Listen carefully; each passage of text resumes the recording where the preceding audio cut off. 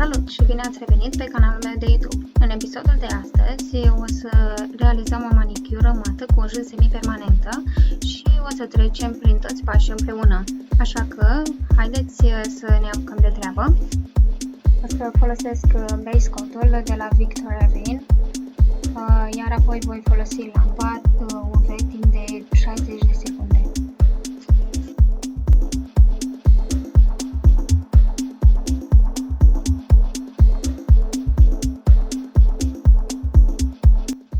O să folosesc o J semi-lac, nuanță Sexy Red 039.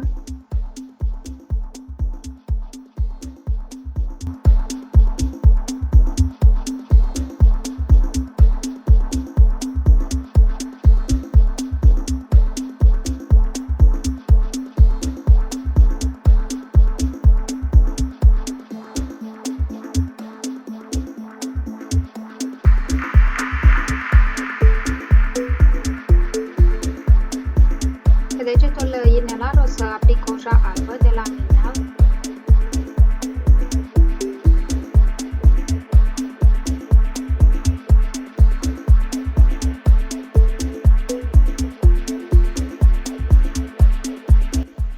Iar acum voi folosi lampa UV timp de 30 de secunde.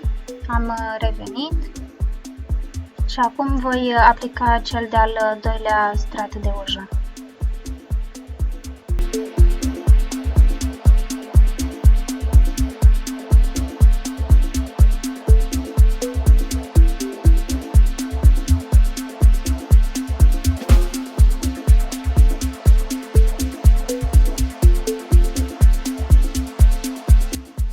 Pe o J albă voi realiza un pepene cu urme de apă 3D. Acesta este un model foarte deosebit pe timp de vară, care îmi place extraordinar de mult. Ok, deci cu pensul subțire voi trasa o linie dreaptă, oblică. Iar acum voi umple acel colț al unghiei.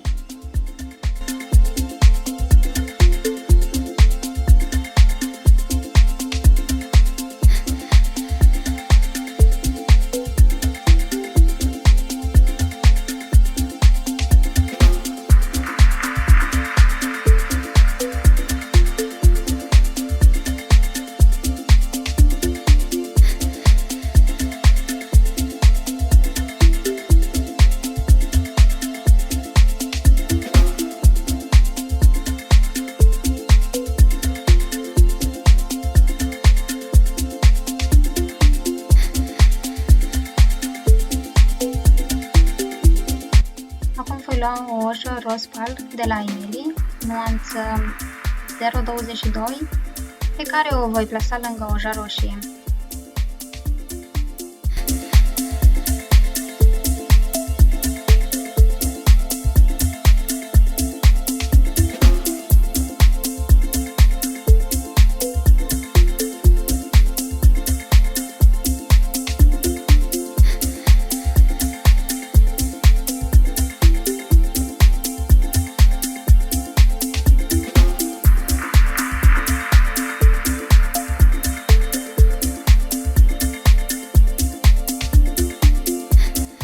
Voi încerca să trag acea nuanță de roz peste roșu cu ajutorul pensulei ombre.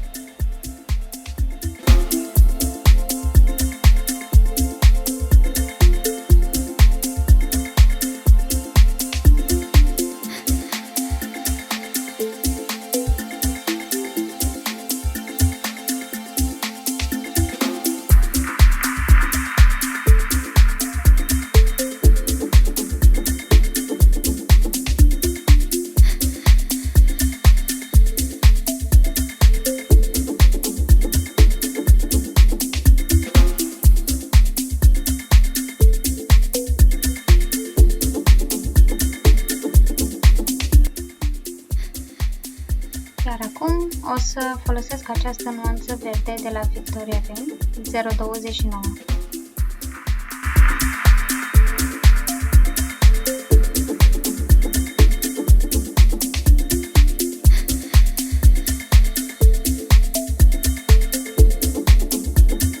Iarăși o să trasez o linie lângă nuanța nuanță de roz.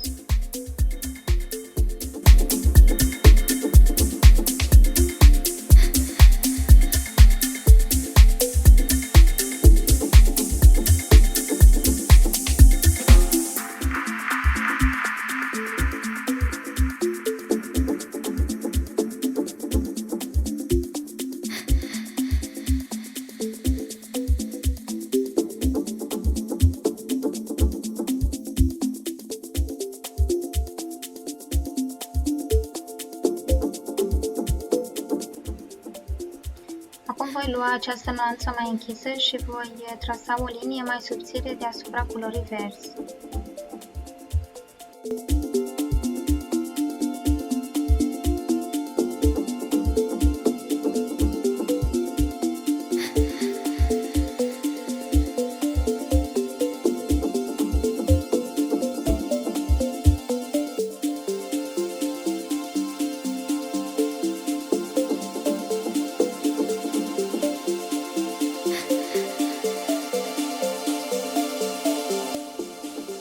Coja semilac, nuanța 031, voi încerca să pictez câteva semințe de pepene.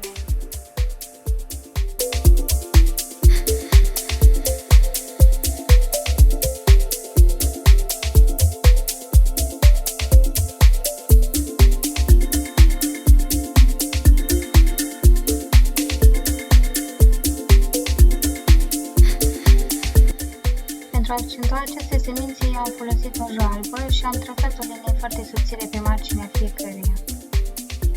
Acum voi aplica un top coat mat și iarăși voi folosi lampa timp de 60 de secunde.